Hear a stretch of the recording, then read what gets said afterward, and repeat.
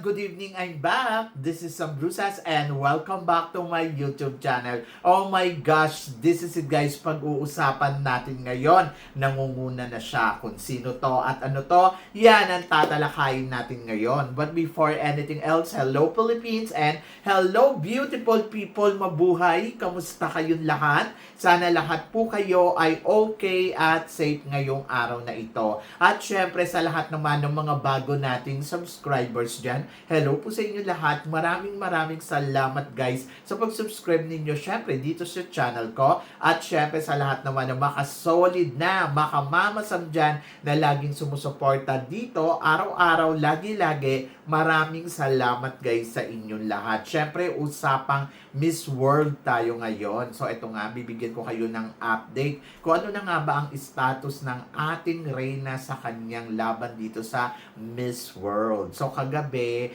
napanood natin yung kanyang talent at kung saan naman ang ating pambato mula sa 111 ay nako, nag-stand out siya sa top 3 at siya nga ay naging second runner-up. Ang iniisip ko nga kung etong si Asia ay hindi pa nakakapasok sa leaderboard, parang feeling ko sa kanya ibibigay yung best in talent. Kaya lang, since na nakapasok na siya, so pinaubaya na dun sa iba.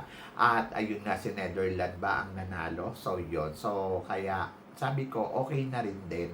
Kumbaga parang ano na rin naman nandoon na tayo sa spot. So ngayon, sa Asia and Oceania, nangunguna ang ating pambato. Siya pa lang ang kandidata mula sa Asia and Oceania na nakapasok na at sigurado na sa top 40, di ba? So yun, so napakasaya ng pakiramdam na alam mo yon, nilalaban kasi ni Asia talaga na makarating siya sa dulo at alam naman natin na hindi rin madali.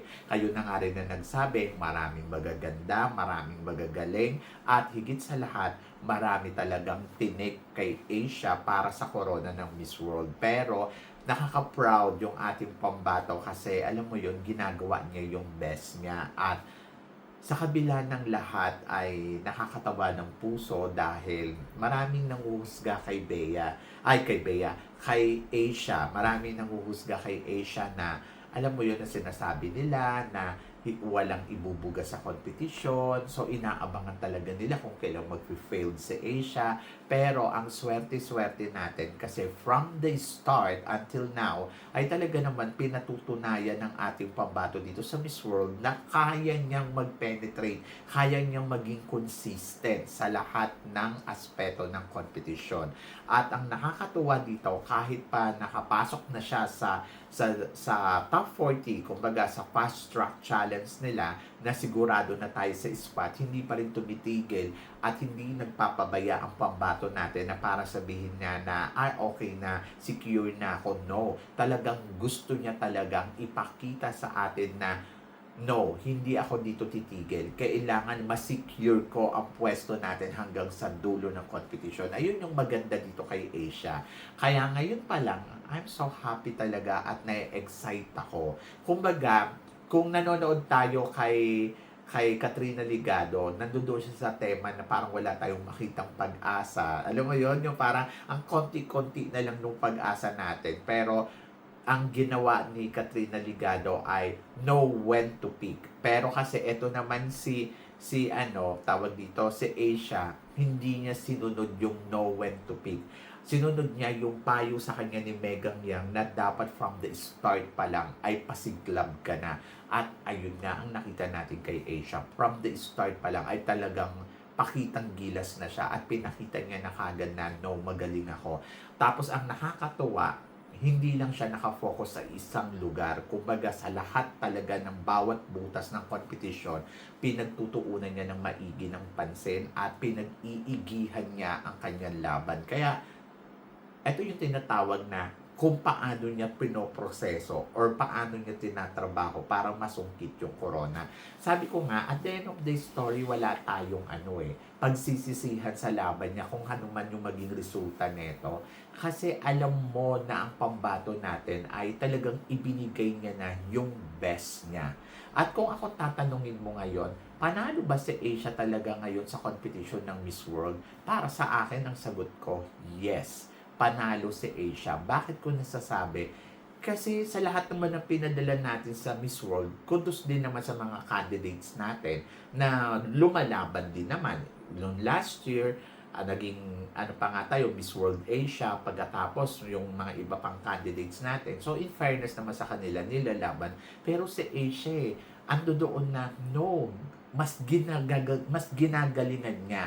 Ito na yung parang masasabi ko na it's time for the Philippines na kasi may perfect tayong candidates. Kumbaga, total package talaga.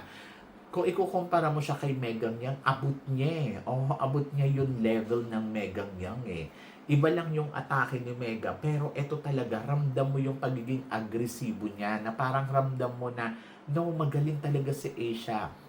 And then, kung ito na yung sumunod na level na Megang Yang, and then tawag dito Catriona Gray, and then ito na, sa totoo lang, mas nagagalingan pa nga ako sa kanya Kahit yung kay Oppo last year, the way kung paano magsalita si Oppo, talagang kahanga-hanga din. Yung ito na yung masasabi mo, ang galing, ang galing magsalita, speaker talaga. Pero ngayon, ito talagang si Asia yung sasabihin mo, no, ito ang tunay na speaker. Yung ganon.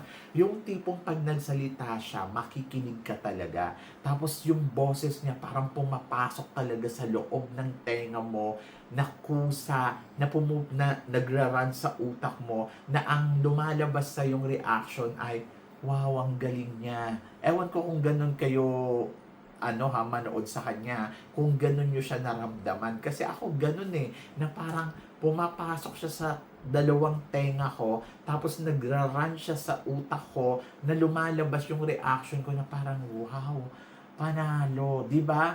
At eto pa, masasabi ko talaga na hindi kagad tayo makakakita ng ganitong klaseng kandidata na pwede natin i-compete uli sa Miss World. Kung halimbawa, kung sasayangin nila si Asia, oh my gosh, ano pa bang hinahanap ninyong pambato namin na para sabihin ninyo na okay, siya ang pang Miss World. Eto na yun Oh, binigyan na namin kayo Eto na yun. Kaya dito, kumpiyansa ako, I think si Philippines to. Yung ganon. Kasi ramdam ko ramdam mo na parang sa lahat ng candidates natin na pinadala, eto yun yung parang katulad ni Megang Yang na parang lumilevel ng Catriona Gray. Ngayon kung sasayangin nila, actually si Catriona ngayon nagsasalita siya, parang hindi ka pa masyado kumbinsido talaga kasi parang pattern yung naririnig mo sa kanya yung tort niya, di ba? Pero eto, wala. Nag-ano sila, yung mo yun, nag-imprunto. Pero talagang ibinigay niya talaga yung the best, ibinigay niya yung eto yung alam mo yon? So yun yon. Kaya happy ako. Ang gusto ko na mag coronation night 'Di ba? So yun yung eksaktong naramdaman ko dito kay Asia. Kung pakakawalan nila si Asia, hindi na tayo uli makakakita agad-agad ng ganitong kalibreng candidates. At kahit pa sabihin mo, ay nako, dapat sino ba to yung last year din na na-dethrone sa Miss World Philippines. Sabi ko, hindi din Ito talaga si Asia yung perfect yung perfect na pang Miss World talaga. Kaya kung sino man yung mga nagko-comment at bumabatikos kay Asia, mahiya kayo. Walang sinabi ang mga gusto ninyong ipadala sa Miss World dito sa babaeng to. Ako, no wonder kung bakit siya naging dark horse candidate doon sa kasi hindi natin siya tinututukan. Pero yung napapanood ko siya at naririnig ko at nakikita ko yung mga kanyang ginagawa dito sa Miss World, na-amaze ako kasi grabe yung energy ng batang to, na parang ang consistent niya, tapos ang positive, tapos ang ganda ng mo yun, ng laro na ipinapakita niya. Hindi ko alam kung ano pa yung pwede niya ikatalo. Kumbaga parang ang kalaban na lang talaga ni Asia dito, yung destiny talaga, saka yung fate na tinatawag na para sa iyo ba talaga to? And then samahan na natin na kung may luck siya sa gabi ng coronation night, tumbok niya to. So yun, ganon. Ay nako, nakakaloka. Hindi ko alam si Madam Julia na kay Madam Julia ang desisyon. Pero syempre, magre-relate tayo dito sa nilabas na lead board ng 75 na Miss World, 75 yet ng Miss World. Pero ito ay sinasabi nila, this is not real score and provided by international full polls only. Kumbaga, ito ay hindi pa talaga yung real score. Pero kung iisipin mo, ang bongga kasi ang nakita nila na talagang pwedeng mag number one ay si Miss Philippines. At ito nga, nasa number one spot nga talaga si Miss Philippines na sinundan ni England, pero ang layo ng score ni Philippines kasi nga kahapon nga yung result nga ng kanyang talent. So 230 points na ang nakukuha niya. And then 205 naman kay England na sinundan naman ni Germany na 205. And then South Africa, Trinidad and Tobago, Northern Ireland, Puerto Rico nasa 195, and then Australia 185, and then sinundan naman ni Gibraltar, and then Guadeloupe, Kenya, Nigeria, Portugal, Spain, at Sri Lanka. Sa first line, kung napansin ninyo, parang walang Asia maliban lang kay Philippines. Diba? Tama ako? And then, pagdating naman sa second round, si Vietnam ang pumapangalawa sa kanya, na sinundan naman ni Cook Island, at sinundan pa ng ibang country. Hindi ko na iisa-isahin. Samantalang nasa dulo naman si Denmark. And then, to follow naman na pwedeng makapasok for top 35 naman, syempre yung nasa ibaba. Anyway, so hindi ko alam kung ito na talaga yung magiging resulta. Pero napakaswerte natin kung mananatili tayo sa number 1. At dito, pwede natin masabi na, okay. So, kaya to ng ating pambato. But, I'm so excited dahil mayroon pa silang isa pang event, na magaganap. Ito nga ay ang event ng top models na 28. So, tingnan natin kung ano ang magiging resulta ng laban dito ng ating pambato. Sabi gano'n, sa tingin nyo ba, Mama Sam, siya ba ang makakakuha ng top model? Hindi ko alam dahil syempre yung ibang candidates ay naglalaro din. Pero sabi ko nga, kahit pa makahabol pa yung ibang from Asia, parang feeling ko sa Asia mahihirapan sila na pataubin ng ganun-ganun lang si Philippines kasi hindi madali. Parang ang feeling ko, it's between Philippines and Vietnam. And then nakikita ko din na si Vietnam ang pwedeng maging katunggalingan dito or pwedeng maging tawag dito Miss Miss Asia. Yes. So, tignan natin kung kaya ba ng Philippines talaga may uuwi ang corona ng Miss World. Pero, wag muna tayong magdiwang kasi syempre marami pang pwedeng mangyari. Mag-i-stay pa sila dito ng almost 2 weeks. Ay, hindi. 1 week na lang, no? So, sa next week na ang Miss World.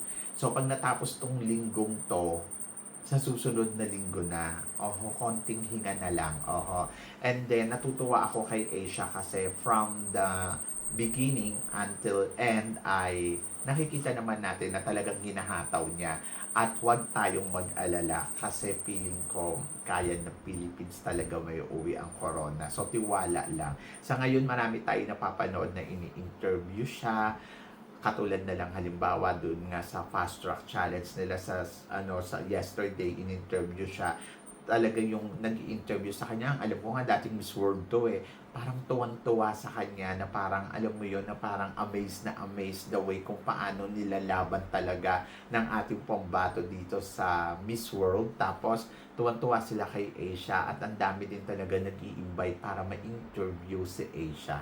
So, I'm so happy for Asia and laban Philippines. At doon naman sa mga nawawalan ng tiwala at hindi nagtitiwala kay Asia, okay lang naman yan kasi opinion ninyo yan. At the end of the story, kung ano man ang maging resulta ng laban dito ni Asia, ay for sure, ikaka-proud mo din yun, no? Diba? So, yon. So, comment below para at least malaman ko naman kung ano naman ang chika mo dito sa mga tinatalakay natin. Syempre, maraming salamat po sa inyong lahat, sa love and support na binibigay ninyo syempre dito sa channel ko. At sa mga hindi pa nakaka-follow at nakaka-subscribe, baka naman, please don't forget to click like and subscribe my channel. At i-click nyo na rin po ang notification bell to more updated syempre sa aking mga chika. Sabi nga ganon, always keep smiling and laban lang. So guys, hanggang dito na lang.